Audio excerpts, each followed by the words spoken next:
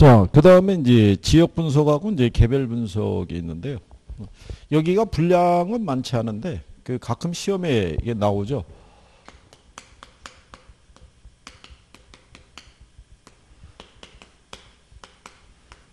예, 지역 분석이라는 것은요, 이 대상 부동산이 속해 있는 지역이 있죠. 그 지역이 이제 어떤 지역 특성이 있고, 그게 그 지역 가치에 어떤 영향을 미치는가를 판단하는 거죠. 그래서 결국은 지역 분석을 통해서 그 지역의 표준적인 이용이 있죠. 예, 이거하고 뭐를 판단하냐면 가격 수준을 판정하는 거죠. 그렇죠? 예. 그래서 표준적 이용이라는 거는 그 지역의 평균적인 이용이 있죠. 그러니까 우리가 지난번에 인 것처럼 여기 감정평가 대상이 되는 부동산이 있죠. 예.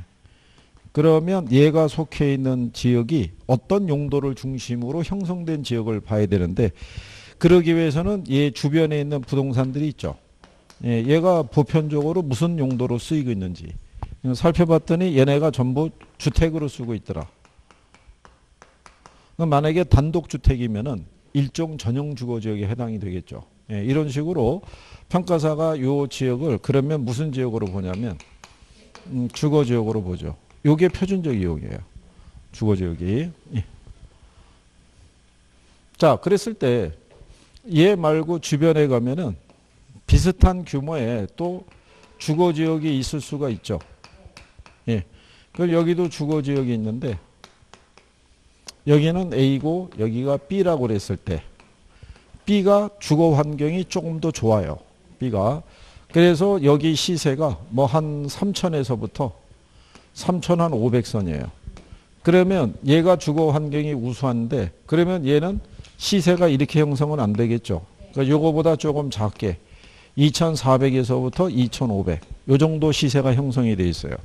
이게 가격 수준이에요. 예. 가격 수준이 지역과 지역 간의 격차를 나타내는 거예요. 예. 요게 구해지면 이 안에서 요 개별 부동산의 가격이 구체화되는 거야. 이 안에서. 그래서 우리가 먼저 무슨 분석을 해야 되냐면 지역 분석을 해야 돼요. 그죠? 그래하고 난 다음에 개별 분석을 통해서 개별 부동산의 상태에 따라 얘가 뭐 남향이고 가장 좋은 곳에 위치하고 있으면 제일 비싸게, 그렇지 않고 동향이고 골목 후미적인 곳에 있고 뭐 그늘진 응달인 데 있으면 제일 싸게, 이렇게 가격을 정할 수 있다는 거죠. 그리고 이제 거기 보시면 의에 양가로 2번에 보면 부동산 가치에 전반적인 영향을 미치는 지역 요인을 분석해서 최유효 사용을 제약하는 표준적 사용이라고 그랬죠.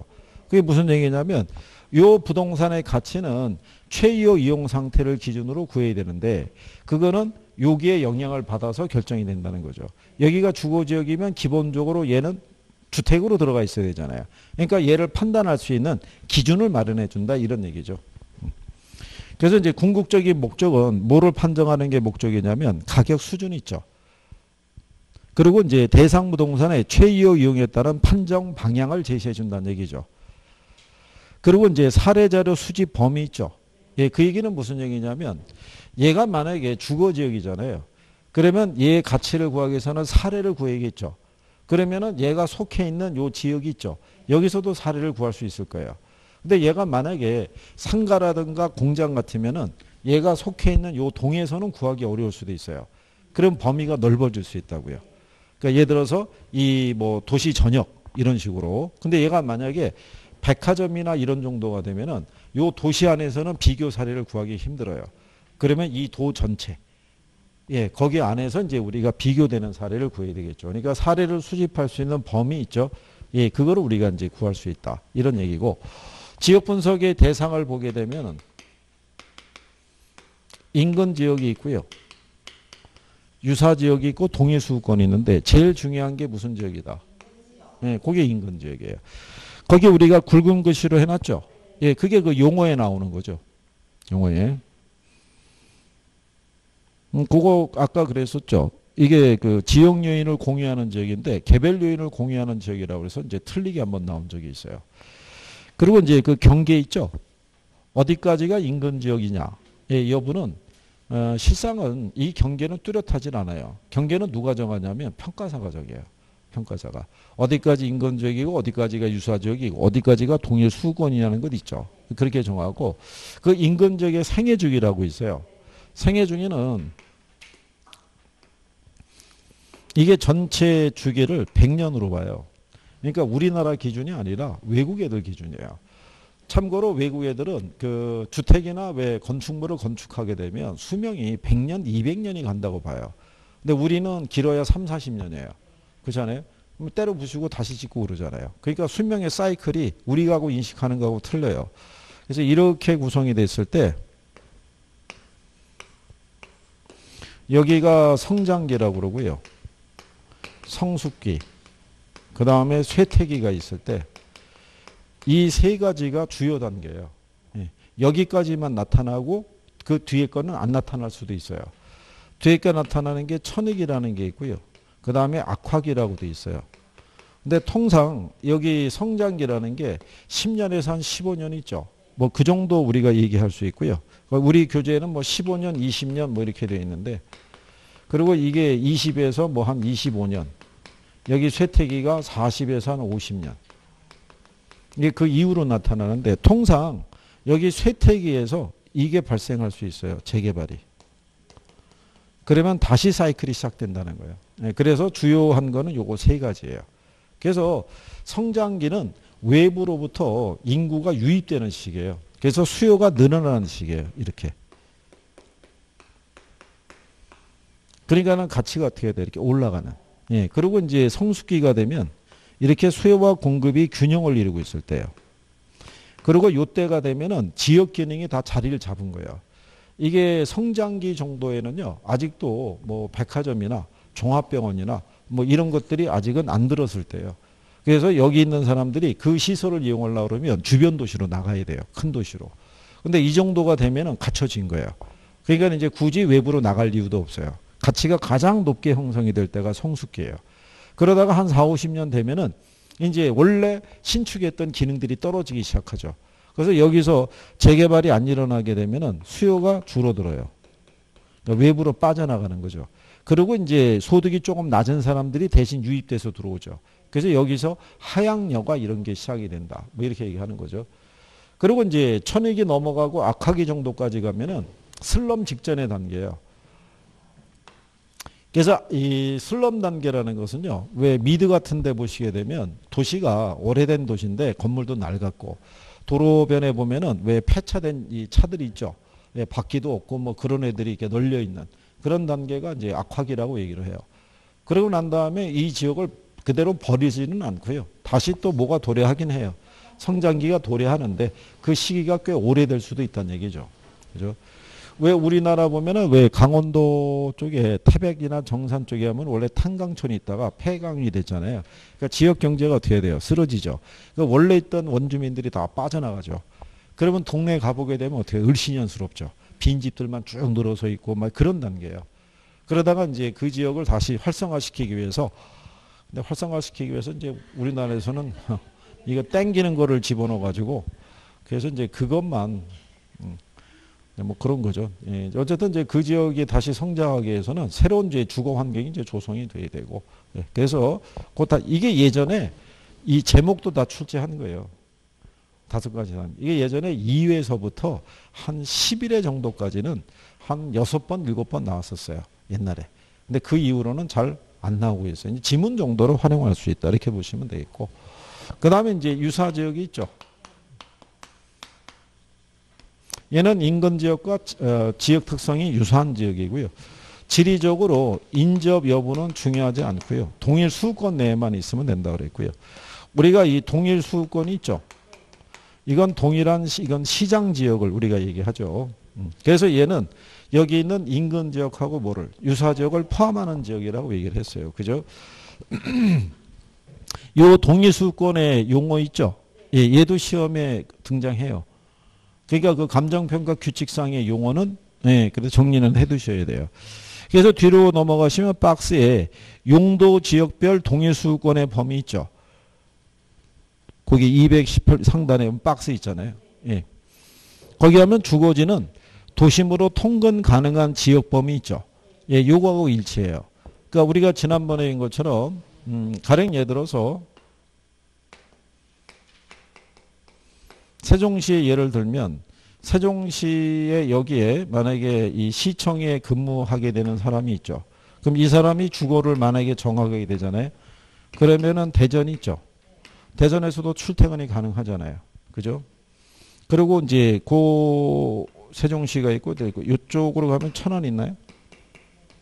예, 천안에서도 만약에 출퇴근이 가능하면 여기도 동일 수도권이라고 보는 거예요. 이게 그러면 이 사람이 여기다 주거를 정할 수 있다는 얘기는 여기나 여기도 주거를 정할 수 있다고 보는 거죠. 그러니까 여기가 다 동일 수도권이에요. 그런데 이제 이 사람이 만약에 결혼을 해서 아이가 있다 그러면 아이의 교육 환경을 우선시할 거 아니에요. 그러면 이 지역에서 교육적인 환경이 제일 좋은 데 있죠. 그럼 걔는 그 안에서만 주거를 정할 거란 얘기예요. 그럼 범위가 좁아질 수도 있어요, 없어요? 좁아질 수 있다. 주거지에서는 틀리게 줄 수 있는 게 그거밖에 없어요. 통근 가능한 범위하고 일치하는데 범위는 줄어들 수 있다. 근데 없다 그러면 틀리는 거예요.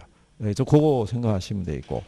그 다음에 상업지는 배우지를 기초로 얘기를 해요. 배우지 아시죠?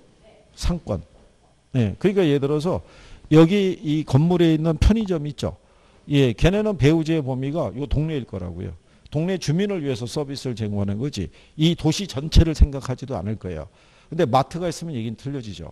마트의 동일수권의 범위는 훨씬 커지죠. 그러면 그 상권의 범위가 크면은 전국을 동일수권을 할 수도 있다 없다? 있어요. 그게 서울에 있는 남대문 시장이 있죠. 전국에 있는 상인들이 다 가니까. 그렇게 넓게도 잡을 수 있다는 얘기예요. 거기에 따라 사례를 수집할 수 있는 범위가 틀려진다는 얘기예요. 그러니까 편의점 정도면 이 도시 안에서 충분히 사례 구할 수 있어요. 근데 백화점 정도 되면은 사례 구하기 힘들어요. 그렇죠? 그러면 아까 얘기한 것처럼 도 전체로 확대하든가 아니면 다른 도하고에 있는 걔하고도 비교해야 되는가 뭐 이런 거죠. 그래서 그런 정도 보시면 되겠고 거기 보면 후보지하고 이행지라고 있죠. 후보지하고 이행지는 전환 또는 이행 전이 있고요. 또는 전환 또는 이행 후가 있어요. 그럼 일단 얘를 기준으로 판단하는 게 원칙이에요. 그러니까 예를 들어서 얘가 농지인데 얘가 택지 후보지로 지정이 됐잖아요. 그러면 택지면은 주거지, 상업지, 공업지니까는 그러니까 동의수권의 범위가 틀리다고요. 그러니까 얘를 기준으로 하는데 뭐가 낮으면 이게 낮으면은 성수도가 낮으면은 전을 기준으로 판단하는 거예요. 지난번에 얘기했지만 정부가 이번에 3기 신도시를 건설하겠다고 그래서 몇 개를 택지 후보지로 지정을 했을 거란 얘기죠. 근데 경제적인 상황이 워낙 어렵다 보니까 이거를 건설을 하거나 공급하기가 쉽지 않은 거예요. 그래서 뒤로 미뤄질 수도 있잖아요. 그래서 다시 재개하기가 기약이 없으면 그러면 그냥 전을 기준으로 판단하는 거예요. 현재 용도를 기준으로. 그래서 그런 정도고요. 그 다음에 이제 개별 분석이라는 게 있는데요. 개별 분석을 해야 되는 이유는 뭐냐면 아까 얘기한 것처럼 지역의 표준적 이용이 있죠. 저게 주거지역이라고 그래서 그 지역 내에 있는 모든 부동산들이 다 주택은 아니라는 거예요. 개별 부동산의 최이용 이용은 부동산마다 틀려요. 주거지역 안에 가게 되면요. 세탁소도 있을 수 있고 편의점도 있을 수 있고 헤어샵도 있을 수 있고 틀리단 말이죠. 그러니까 지역의 표준적 이용하고 항상 일치하지 않기 때문에 무슨 분석을 해야 된다. 그래서 개별 분석을 해야 된다 이런 얘기예요. 그럴 때 이제 여기서 우리가 알아둘 거는 그거 있죠. 지역 분석과 개별 분석의 관계 있죠. 예, 그거에다 이제 별표하시는 거예요. 그래서 그걸 우리가 지난번에 이렇게 해드린 거예요. 선행 분석 있죠. 그게 지역 분석이고요. 예, 요게 거시적인 전체적인 분석이고 거시적인 분석이라고 그래요. 그리고 얘는 지역의 무슨 이용? 예, 표준적 이용을 토대로 가격 수준을 판정하는 거죠. 그 다음에 이제 후행 분석이 있죠. 요게 개별 분석이고요. 얘가 부분적인 분석이고 미시적인 분석이라고 그러고요. 얘는 개별 부동산의 최이용 이용을 토대로 구체적인 가격을 판정한다고 그랬어요.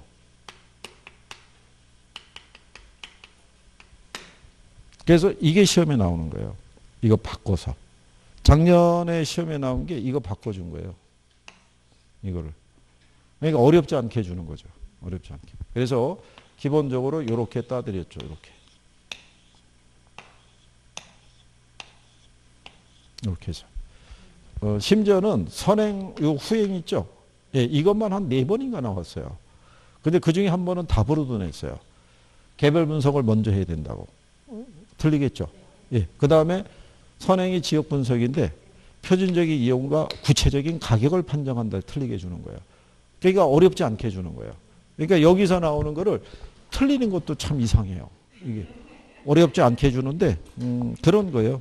거기 여러분들이 219쪽에 가면 기출문제 지문이라고 있죠. 예, 거기 그 6번 지문을 보시면 지역 분석에서는 인근 지역뿐만 아니라 유사 지역까지 분석함으로써 대상 부동산의 구체적인 가격을 산정한다면 틀릴 거 아니에요. 얘는 가격 수준을 판정하니까. 그렇죠? 그리고 7번에 가면은 지역 분석은 개별 분석보다 선행되는 게 일반적이죠. 근데 개별 분석이 선행이 된다면 틀리겠죠. 그렇게도 출제한 적이 있고요. 그리고 8번에 보면 지역 분석을 통해서 해당 지역 내 부동산의 표준적인 이용과 가격 수준을 파악할 수 있다. 그래서 걔는 맞는 편이죠. 그렇게 해서 또 답으로도 주는 거예요. 이게. 그러니까 어렵지 않게 정리할 수 있다. 뭐 이렇게 보시면 되겠고. 그 다음에 이제 뒤로 넘어가시면 감정평가 방식이 있는데요. 걔도 일단은 뭐 별표는 해야 돼요. 매년 나오기 때문에.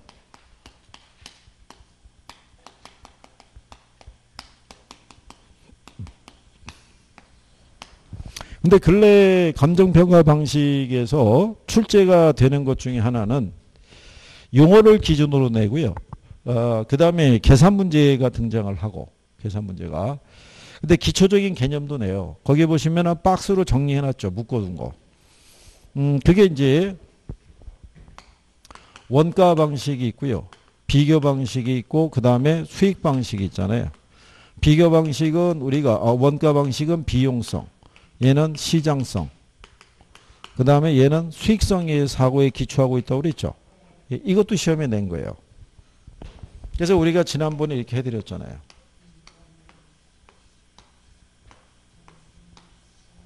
그죠? 그러니까 드링크 이름 돼가지고 얘를 구입할 때 이 카드로 샀고 그래서 수수료가 발생하지 않았다고 이렇게 해준 거죠. 가로놓기로 나온 적도 있어요. 이게. 그리고 어떻게 내주냐면 원가 방식에 보면 일본의 원가법이란 이렇게 해놨죠. 대상 물건의 제조달 원가에 감가 수정을 하라고 해놨죠. 가로치고 그게 뭐냐. 뭐가 들어가야 돼. 이렇게 출제한 것도 있어요. 그리고 그 밑에 가면은 적산법이라고 있죠. 그 밑에는 기초가액 곱하기 기대율이죠. 거기다 가로치고 뭐가 들어가야 되느냐. 예, 이렇게도 나온 적이 있어요. 그러니까 용어는 좀 익숙해지실 필요가 있어요. 여기서. 계산은 일단은 뭐 둘째 치고요. 예. 그래서 이제 원가 방식에서요. 가액을 구하는 것 있죠. 걔가 원가법. 그 다음에 임대료를 구하는 게 적산법. 여기에서 구한 게 적산가액. 이게 적산임료가 되고요. 여기서 가액을 구하는 게 거래사례비교법. 그 다음에 임대료 구하는 것 있죠. 예, 그게 임대사례 비교법. 여기서 구하는 게 이제 비준가액. 그 다음에 이제 여기 있는 비교 방식에서는요. 이게 공시가 기준법이 하나 더 들어가 있다는 거. 이건 이제 토지가치 구할 때 쓰는 거고요. 수익 방식에서는 가액을 구할 때 수익환원법. 그리고 이제 임대료 구하는 거를 수익분석법.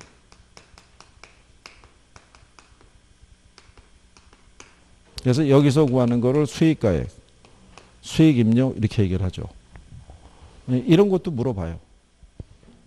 이거는 계산 문제보다는 낫죠. 예, 그리고 지난번에 설명했지만 여기서 구한 얘네들이 있죠. 예, 얘네들이 다 시산가액이에요.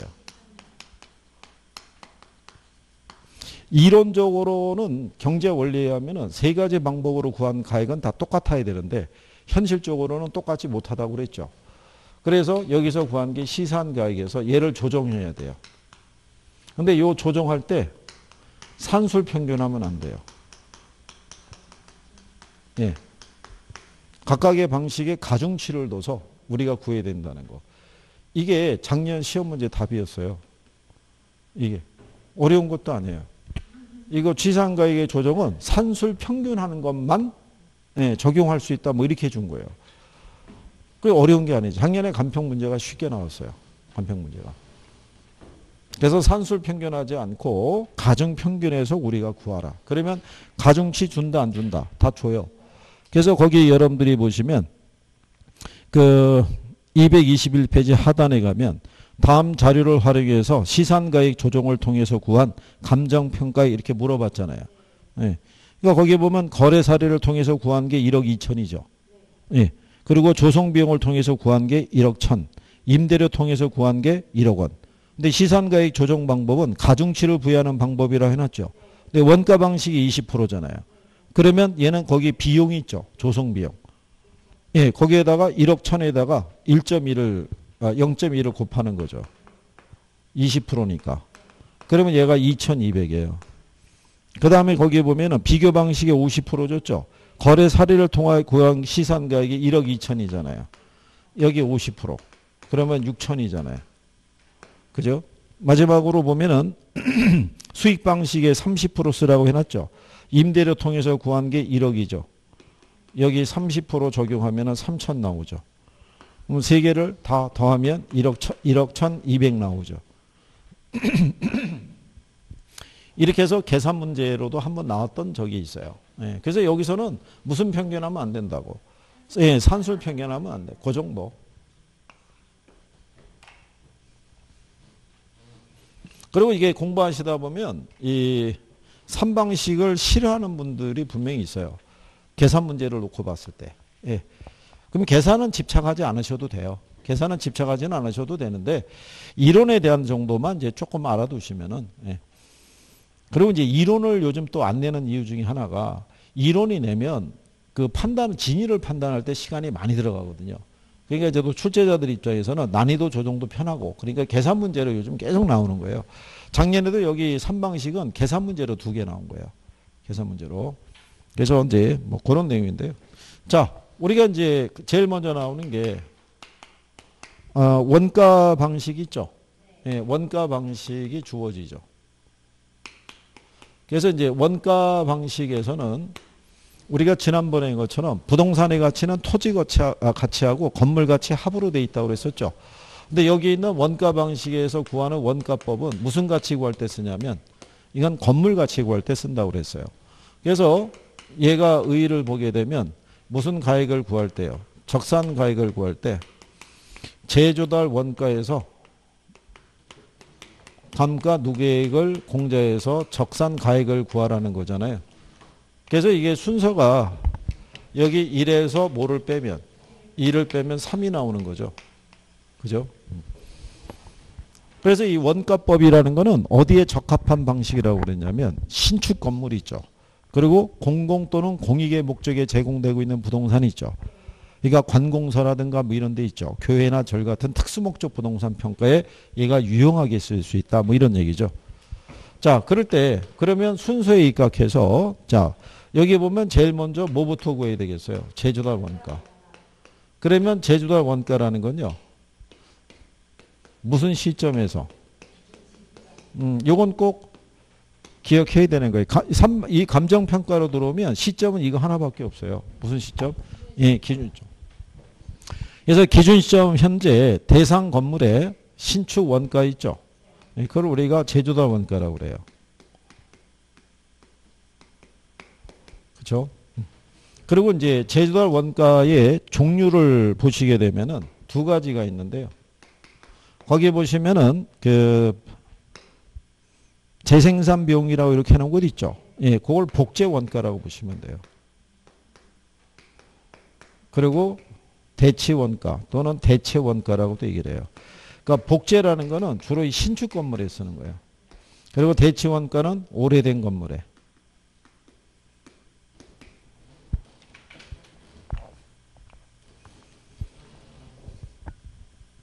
예전에 지문으로 한번 나온 거 외에는 뭐 등장한 적은 없어요. 이게. 그래서 이게 왜 신축에 적합하냐면 이게 신축 원가잖아요. 제조 원가가. 얘가 만약에 신축이면 감가 거의 없을 거 아니에요. 그럼 얘가 되니까 가장 정확도가 높다고 할 수 있어요. 그래서 이제 그런 부분이고요. 그리고 이제 이 제조달 원가의 구성이 있죠. 예, 구성은 얘가 표준적인 건설비에다가 통상의 부대 비용을 합쳐서 구해주는데 요때 이 제주도 원가의 구성은 자가 건설을 했던 도급을 줬던 항상 뭐 기준이라고 그랬어요. 예, 도급 기준. 그러니까 도급을 기준한다는 얘기는 제주도 원가에는 모두 포함이 되냐면 개발업자의 이윤이 있죠. 예, 그걸 반영해 준다는 얘기죠. 지난번에 이제 그 원리에 대해서는 설명해 드렸고, 그죠? 예. 그래서 이 도급을 준다는 것은 개발업자의 뭐가? 예, 이윤을 반영해 준다는 거. 그리고 얘네 구하는 방법이 있죠. 예, 방법은 우리가 이렇게 해드렸어요. 이런 식으로 글자를 따면.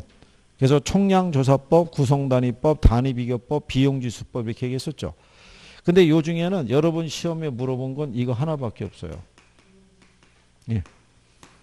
이게 시점 수하는 개념인데 간평사 시험도 이거밖에 안 내요. 여기 있는 총량조사법 있죠. 이거는 건물 건축할 때 들어가는 모든 항목 있죠. 예, 이거를 수량 곱하기 단가를 적용해서 일일이 다 구하는 거예요. 그러니까 시멘트를 썼으면 시멘트 몇 푸대 썼을 거 아니에요. 그럼 푸대당 단가가 얼마 있을 거 아니에요. 거기다 곱하는 거예요. 그러면 시멘트 들어간 비용, 모래 썼으면 모래 들어간 비용, 철근 썼으면 철근 들어간 비용, 유리 썼으면 유리 또 비용. 이걸 일일이 다 구하는 거예요. 이게 시간이 어떻게 돼요? 많이 걸리죠. 그러니까 평가사는 이걸 안 쓰죠. 이거는 건설사에서 견적서 낼 때 쓸 수 있는 방법이에요. 이게 간편한 방법을 주로 써요. 비용지수법. 그러면 비용지수법은 어떻게 해서 구해주냐면 거기 예제 있죠. 다음 이 건물의 평방미터당 제주도 원가 물어봤죠. 거기 보면 20년 전에 준공된 5층 건물이 있죠. 대지 면적이 500, 연면적이 1450이잖아요. 여기서는 1450만 기억하면 돼요. 건물에 대한 걸 구하는 거니까. 공사비 내역이 나오죠. 직접 공사비, 간접 공사비가 3억 3천에다가 개발업자의 이윤이 있죠. 걔도 포함해야 된다고 그랬죠. 그래서 총 공사비가 4억이에요. 4억인데 20년 전에 건축 지수가 100인데 기점의 건축비 지수가 얼마예요? 그러니까 20년 사이에 물가가 45% 뛰었다는 얘기예요. 그러면 4억 곱하기 얼마? 1.45 하면 되죠. 그러면 5억 8,600인가 떨어져요. 이거를 연면적인 얼마? 예, 1,450으로 나누시면 돼요. 그러면은 나오는 금액이 얼마? 예, 40만 원 나오죠. 이게 5억 8천이겠죠. 5억 8천 정도. 이렇게. 기출이에요. 이렇게 해서. 근데 이런 형식으로 2번 냈어요. 2번. 이런 형식으로. 그래서 제주도 원가는 이제 뭐 이런 식으로 구하는 개념이고요. 이게 계산 문제도 어렵게 내는 경우도 있겠으나 간단하게 내는 경우도 있고 그래요. 예. 그래서 다 버리는 것보다는 해보면 처음에는 좋긴 좋은데 계산 문제까지 다루기에는 너무 시간이 타이트해요. 타이트. 우리가 왜 투자론에 갔을 때 작년에 나왔던 비율 분석법에 의해서 뭐 부채 감당률, 총부채 상황 이런 거 구하는 거 틀린 거 고르라고 그랬을 때 그거 5개 다 구하려고 그러면 시간 많이 걸려요. 그게. 그런데 휘말리면 큰일 나는 거예요. 그 답을 구해도 그거 다 풀려면 한 5분 걸릴 텐데 5분이면 어마어마한 그 시간인 거예요. 그 시간에 간단하게 이론을 푸는 게 훨씬 낫다는 얘기죠. 그게. 그래서 이제 그런 내용이다라는 정도고요. 그리고 아마 이게 인강으로 이렇게 해서 집에서 이렇게 공부하신 분들도 계산에 대한 것은요. 저하고 풀 때는 간단해요. 왜냐하면 저희는 대입하는 방법을 하니까 이렇게 툭툭툭툭 해서 하면 간단하거든요. 근데 여러분이 또 따로 이렇게 모의고사 보면서 풀어보면은 아무 생각이 안 나는 거예요. 그러니까 거기에 집착하실 필요는 없다는 거예요. 예, 계산에 대해서. 예. 그 우리는 이렇게 생각하면 되죠. 자, 80문제 있죠. 80문제를 100분에 풀려고 그랬을 때 여기서 마킹하는 시간 10분을 빼면은 실질적으로 우리가 풀 수 있는 건 몇 분이냐면 90분이에요. 타이트하거든요. 근데 우리가 학계론에서 계산 문제 9개 나오는 거 빼버리면은 71문제예요. 71문제를 90분에 푸는 거는 시간적인 부담이 덜하게 된다는 얘기예요. 그렇죠? 그러니까 거기에 괜히 또 집착하셔가지고 그래도 시험장 들어가면 자기 고집대로 다 해요. 선생은 이제 그렇게 하시면 오히려 휘말릴 수 있으니까 좀 안 하시고 이론을 먼저 푸시는 게 좋다고 그래도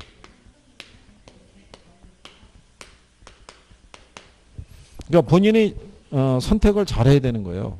합리적으로 판단을 하셔가지고 여러분이 1차에서 우리가 바라는 건 뭐냐면 1차에서 성적순으로 자르는 게 아닌 거예요. 6점만 넘으면 넘어가는 거예요. 그것만 우리가 따내면 되는 거지 굳이 100점에 도전할 이유는 없다는 얘기예요. 그렇지 않겠어요?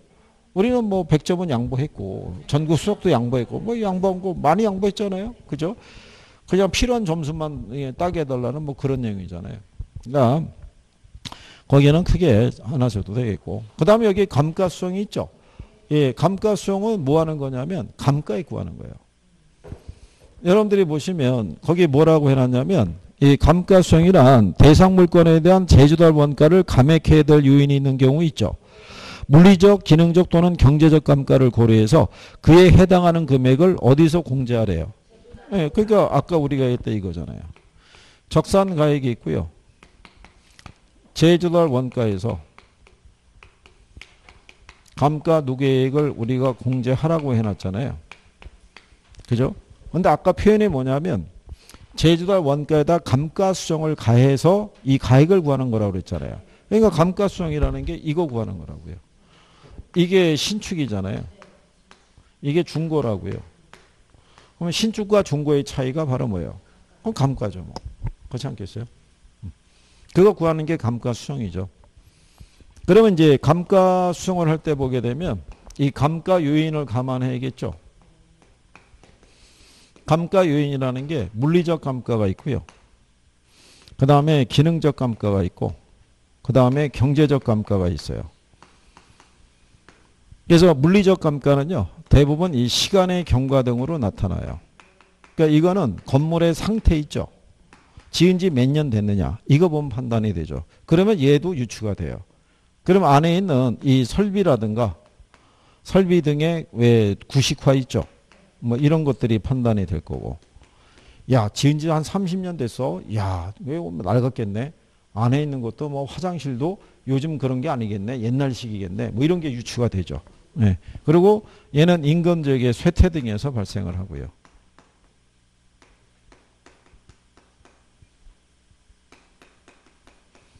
그래서 이제 여기에 결부되어 있는 게 변동의 원칙. 시간이 지나면 부동산의 가치는 변할 수밖에 없다는 거예요. 그 다음에 얘가 무슨 원칙? 균형의 원칙. 기능적 감가. 얘가 무슨 원칙? 적합의 원칙. 이것도 시험에 한번 나온 거예요. 원가법을 적용할 때 균형에 문제가 있는 애들이 있죠. 과잉 부분은 이걸 기능적 감가를 적용해야 되는데 경제적 감가 적용했는데 틀리게 한번 출제한 적도 있어요.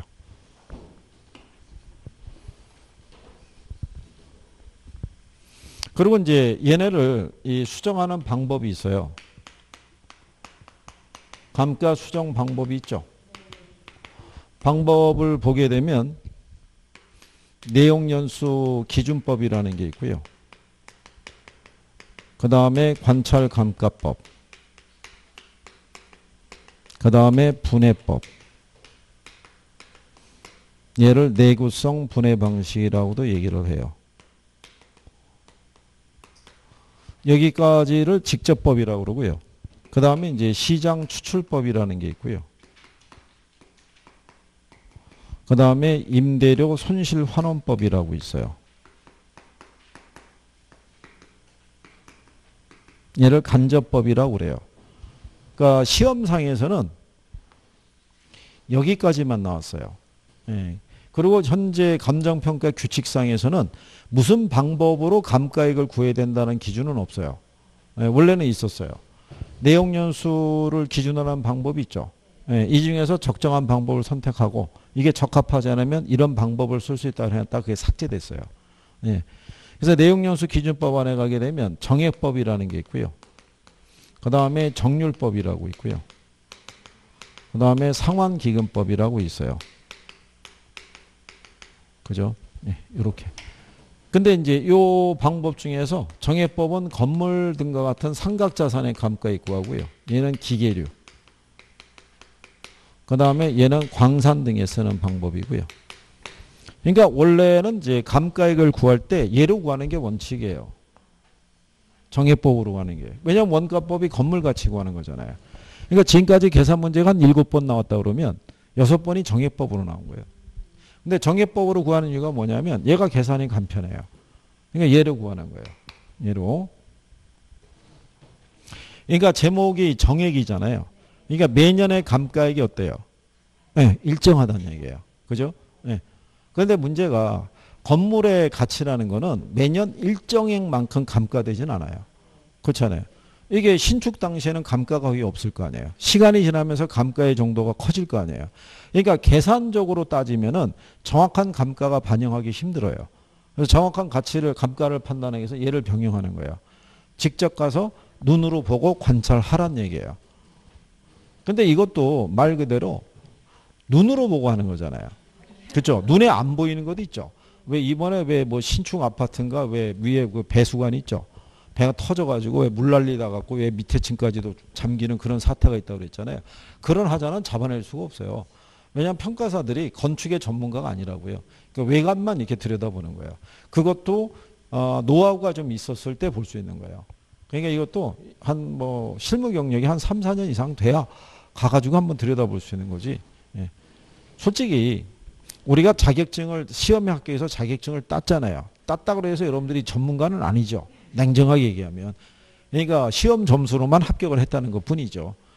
그러니까 현실적으로는 여러분들에 대한 그 실무 연수 있죠. 예, 최소 못해도 3개월 이상은 시켜줘야 돼요. 3개월 이상을.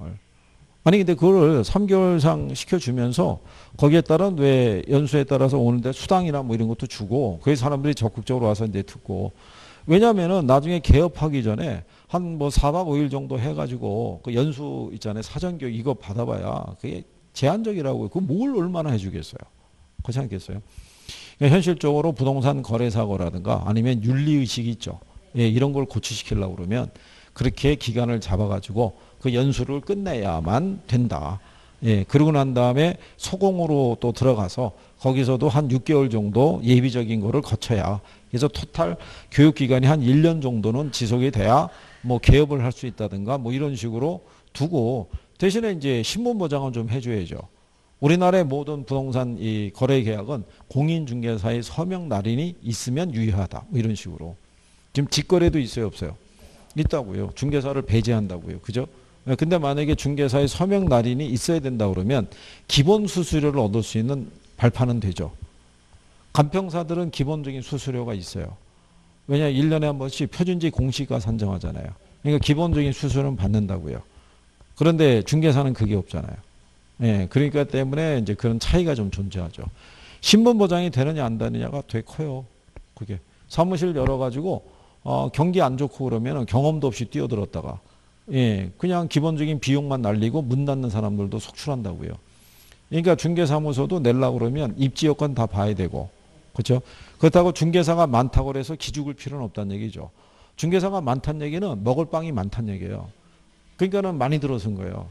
그렇지 않겠어요? 왜 아파트 단지 같은 데 가보게 되면 1층에 중개사가 뭐 3개, 4개씩 쫙 들어가 있잖아요. 그죠?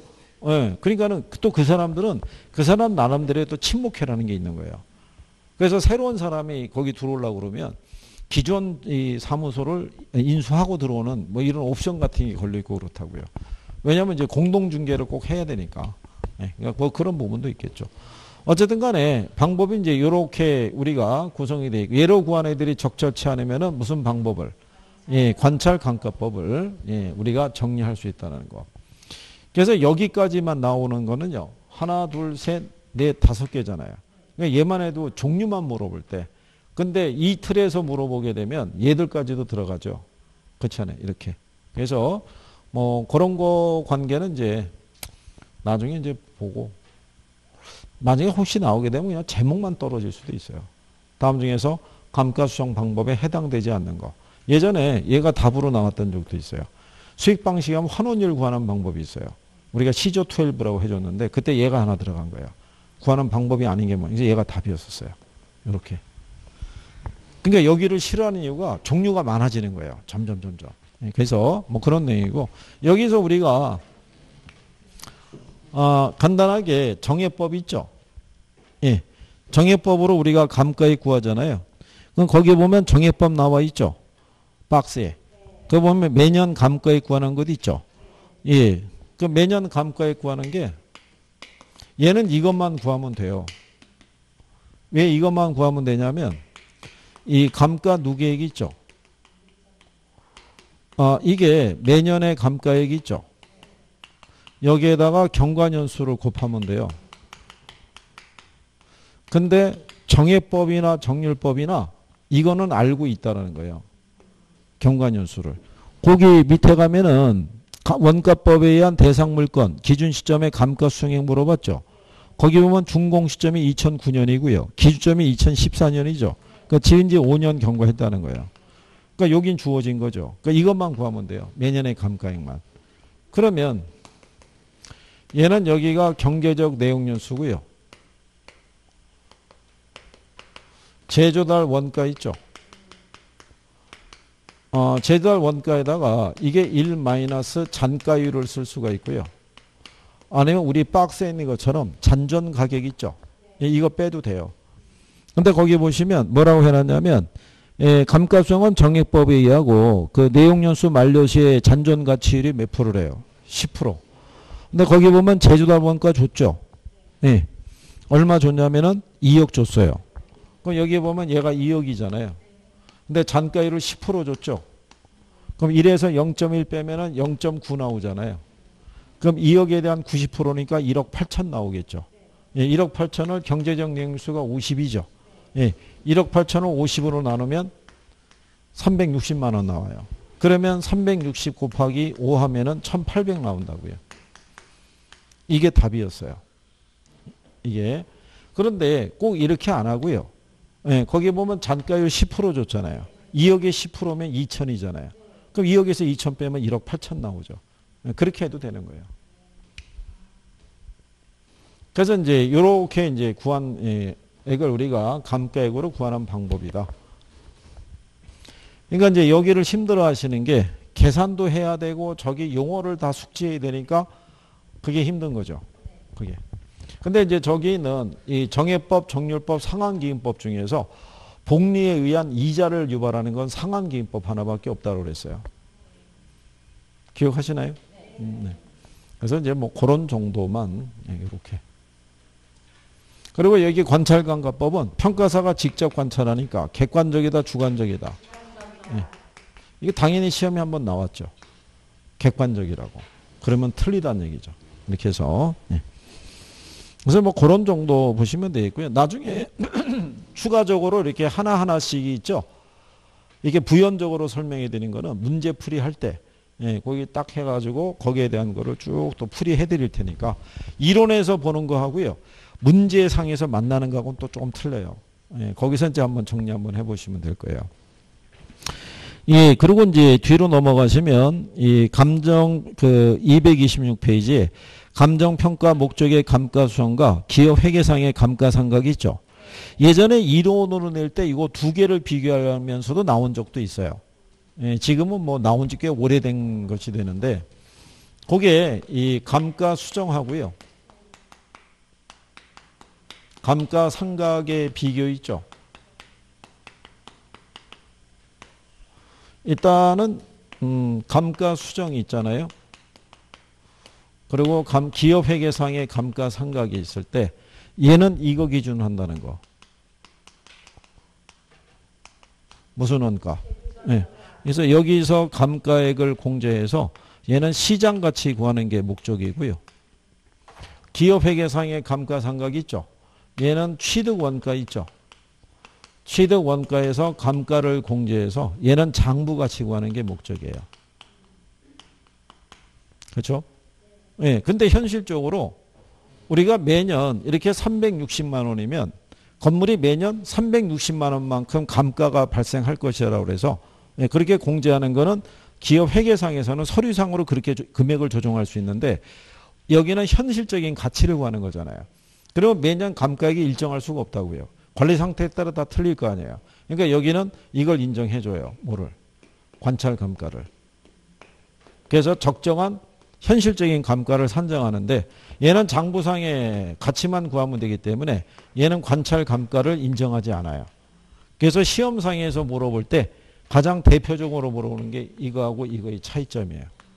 그래서 그 정도 구별하시면 되겠고, 그 다음에 그 밑에 가면 적산법이라고 나와 있죠. 임대료 구하는 거예요.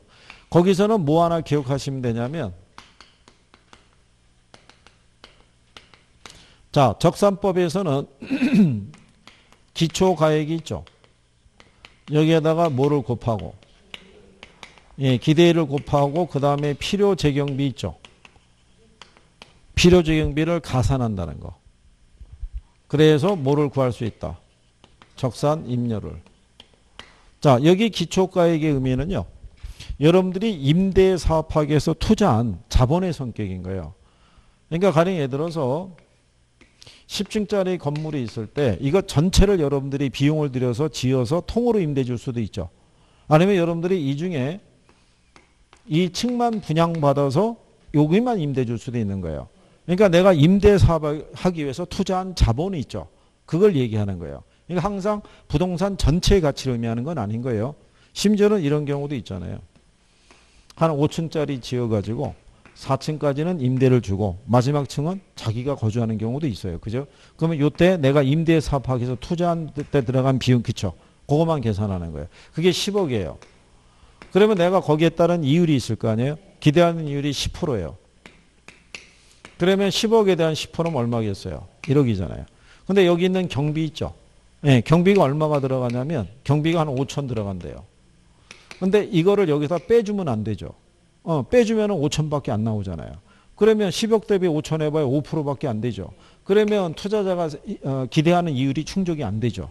그러니까 이거를 가산해 주는 거예요. 그래야지 이게 유지가 될 수 있도록. 그래서 지문으로 주더라도 이게 가산하라는 얘기지 빼란 얘기라면 틀리는 거예요. 그렇게도 출제를 해주는 거예요.